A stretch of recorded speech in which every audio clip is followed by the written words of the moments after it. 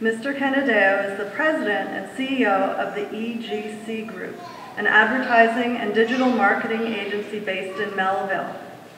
He graduated from Stony Brook with a degree in psychology in 1977 and soon began his career in advertising as an advertising manager and later director of co-op advertising for RCA Records.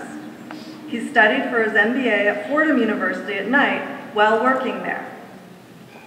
He started his advertising agency, the EGC Group, in 1985 and has built it into Long Island's largest advertising and digital marketing agency with over 50 employees and a client roster that includes many prominent national, regional, and local clients.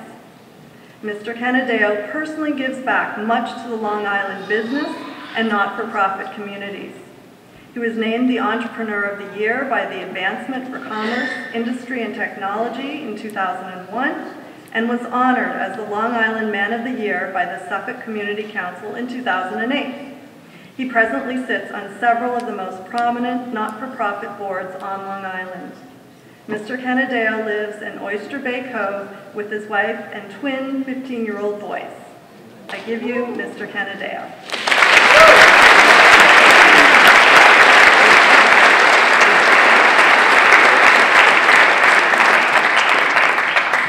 Good afternoon, everyone. First, I'd like to thank President Stanley, Dean Squires, Professor Klein, and the staff and faculty of Stony Brook Psychology Department for inviting me to speak here today. It truly is an honor. Most importantly, I'd like to congratulate all of the graduates and your families, and please give yourselves a round of applause.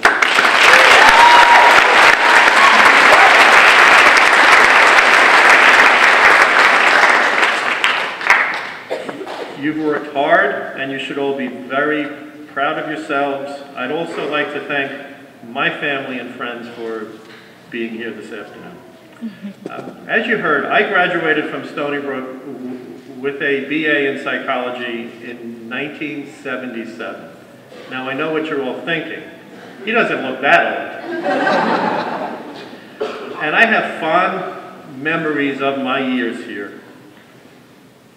Whenever it rained, and it rained an awful lot, the mud would ruin my expensive $10 sneakers. The bridge to nowhere really went nowhere, and the acres of concrete didn't exactly create a green environment, but we all made the best of it. Stony Brook has come a long way. When I visited Stony Brook for the first time since I graduated, there were two things I noticed that Stony Brook has now and didn't when I went to school here: aesthetics and athletics.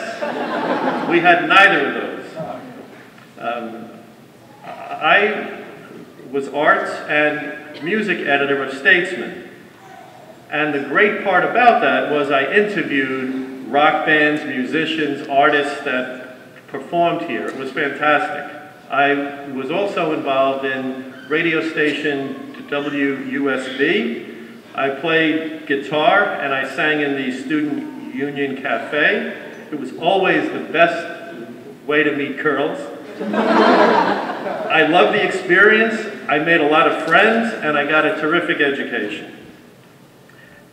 After I graduated, probably like many of you, I was not sure where my psychology degree would take me, but I knew I had good roots, so I was excited. I grew up in Westbury, Long Island, and we have the Westbury people here, that's great. And while my family led a typical middle-class lifestyle, my parents did not have the money to send me away to a private school. I began my college education at Nassau Community College and transferred to Stony Brook in my junior year. I always worked to support myself. At 13 years old, I became a newsday carrier, when they had those back then, riding my bike, delivering newspapers, and for 2 years I was the top performing carrier on Long Island, selling more new subscriptions than anyone else. I won prizes and trips all over the country. I was also a busboy, a waiter, an usher at a movie theater, and I worked part-time in a record store all while I was in high school. After I graduated Stony Brook, I expanded my part-time job in the record store to a full-time job and offered to help with their advertising. This enabled me to meet people at the record labels in New York City, and I used those connections to land a job at RCA Records. And let me tell you, those were the good old days. We had Studio 54 parties until the wee hours of the morning, met every rock star you can imagine. It was wild. And I was a gopher, but I didn't care because I was really, really having a ball. I took my GMAT and I began to take MBA classes at night, paid for by RCA at Fordham. After a few years I was promoted, but I got tired of the late night lifestyle.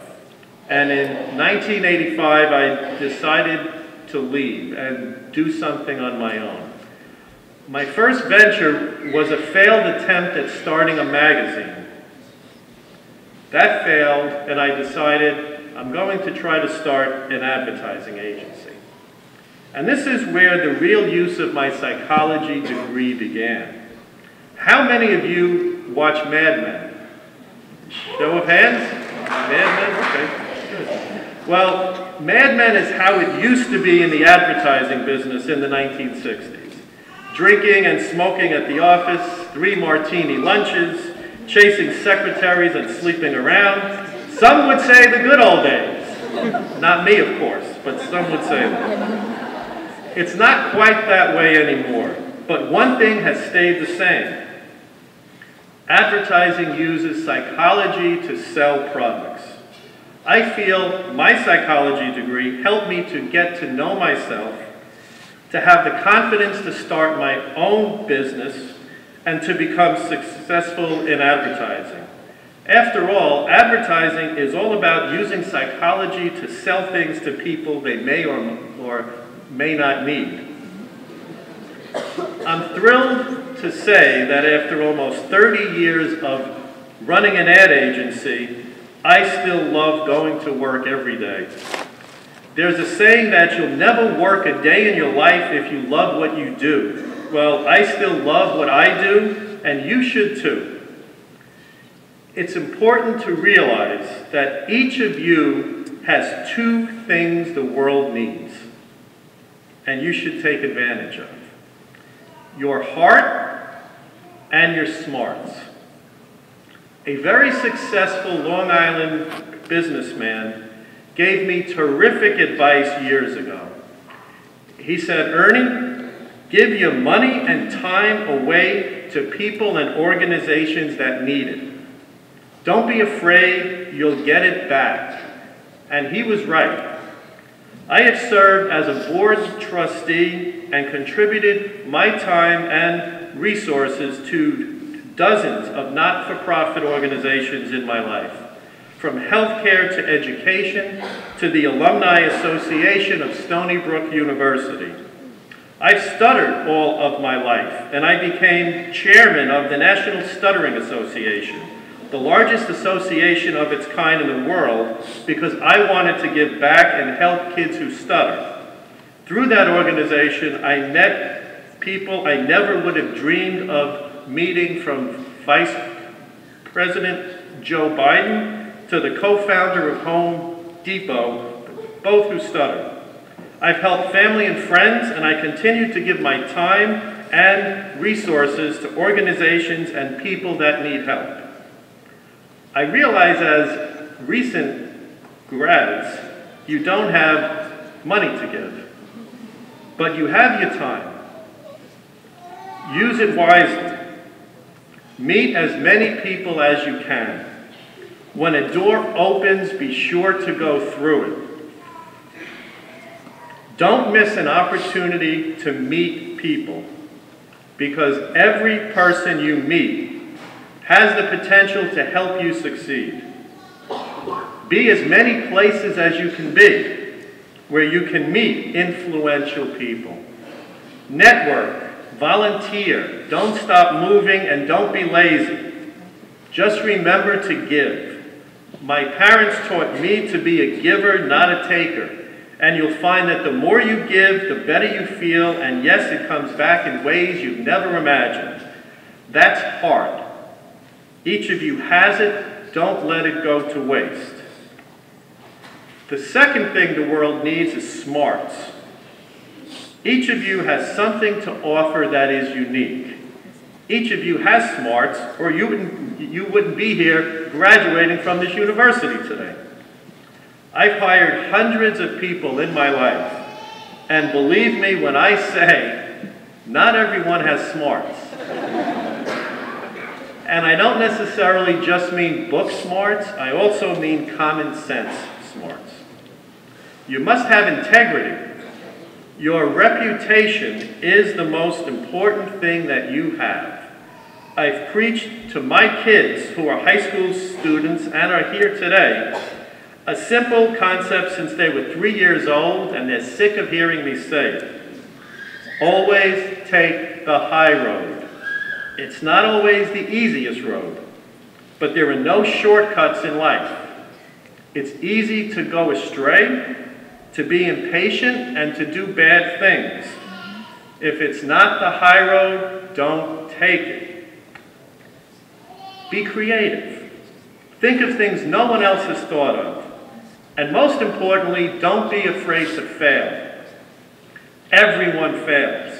I failed at starting a magazine before I started my ad agency. Bill Gates, Steve Jobs, they've all failed several times before they became successful. You won't succeed without failing possibly several times, but don't get discouraged. Believe in yourself. Make no excuses. I had a client who always made excuses why his business was not doing well. He went out of business. Smart people don't make excuses.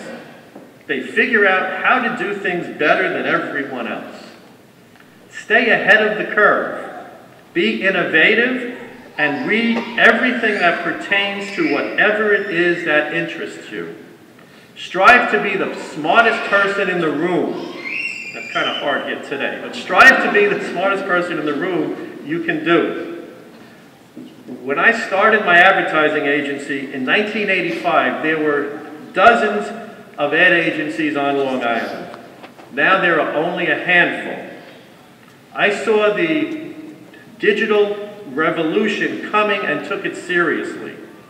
We started an interactive division 15 years ago. Others didn't believe it was real and never hired smarter people than themselves. They got left behind. Don't get left behind. Stay ahead of the curve and ahead of your competition. I'd like to give you some tips to finding the right job for you and how to get promoted. You've all heard that the economy and the job market is not the best right now. Well, I'm here to tell you there are jobs available for psychology majors, if you know where to look. For example, there are entry-level social media marketing positions available in the advertising agency. We actually have trouble finding the right people. There are many other types of jobs like that each of you is suited for. Do your research. Choose a company, look at their website, and apply for any entry-level job available if it's a company you feel you want to work for. Your goal is to get in the door and work your way up from there. Don't send resumes to every company that's hiring. Choose the ones you feel are right for you. Once you decide, always send a cover letter with your resume describing why that specific position is the perfect one for you. Proof it 3 times. Typos are deadly. Be early for your interview. Research the company. Know everything about them from their website, from press articles. Ask anyone that you know. And then mention some of those things that you've learned in your interview. They will be impressed. Dress appropriately. And if you're not sure, overdress. Make eye contact. Be upbeat, be yourself, and be engaging. People hire people they like. Remember that. Be likable. Follow up your interview with an email later that day, and the next day mail a handwritten follow-up note. A week later, make a telephone call.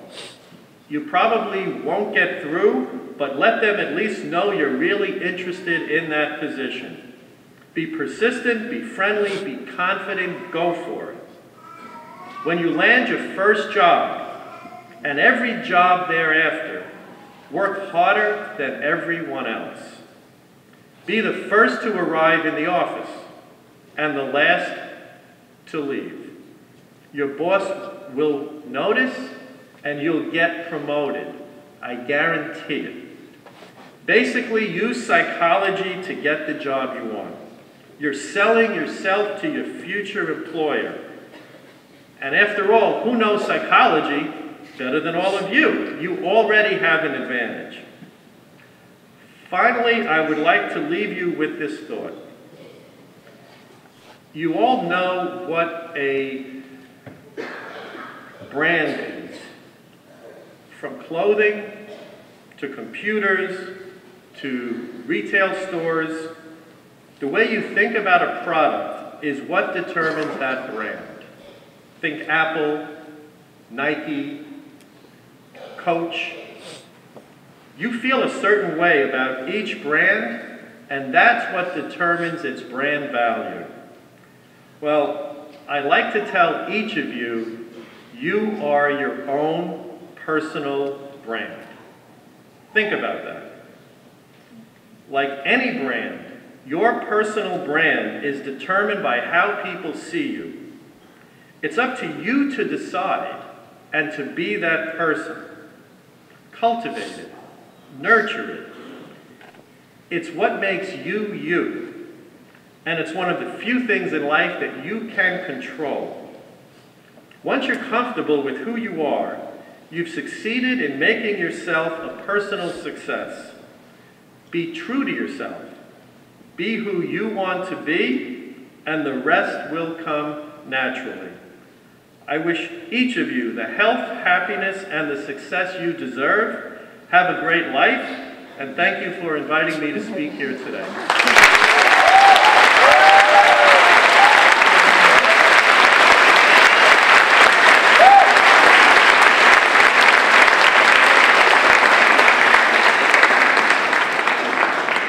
Thank you very much for those inspiring words and those very excellent pieces of practical advice.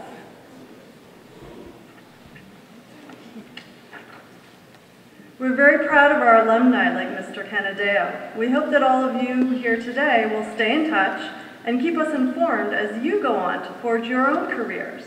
And we look forward to some of you being convocation speakers at future graduations. Next award, the Alumni Association Dean's Choice Award in his capacity as a member of the Board of Directors and Executive Committee of the Stony Brook University Alumni Board.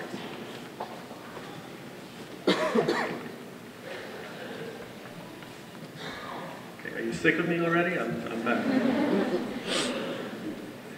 It gives me great pleasure to congratulate you all on achieving your degree from the College of Arts and Sciences. As a member of the Executive Board of the Alumni Association Board of Directors, I am delighted to welcome you to your lifelong membership to the Stony Brook Alumni Association.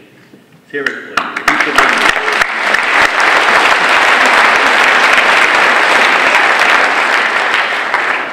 a member of the Alumni Association, you will be invited back to Stony Brook to partake in events, lectures, and enjoy some outstanding benefits and services that will be offered to you.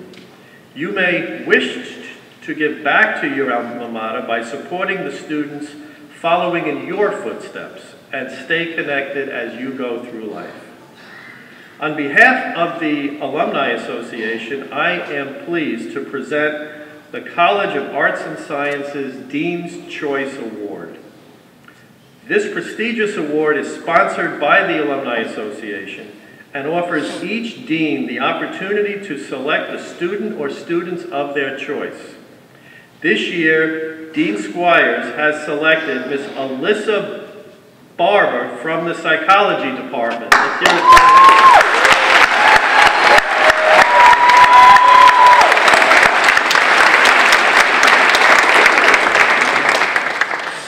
Alyssa has a very impressive GPA, but this does not begin to capture what makes her so unique.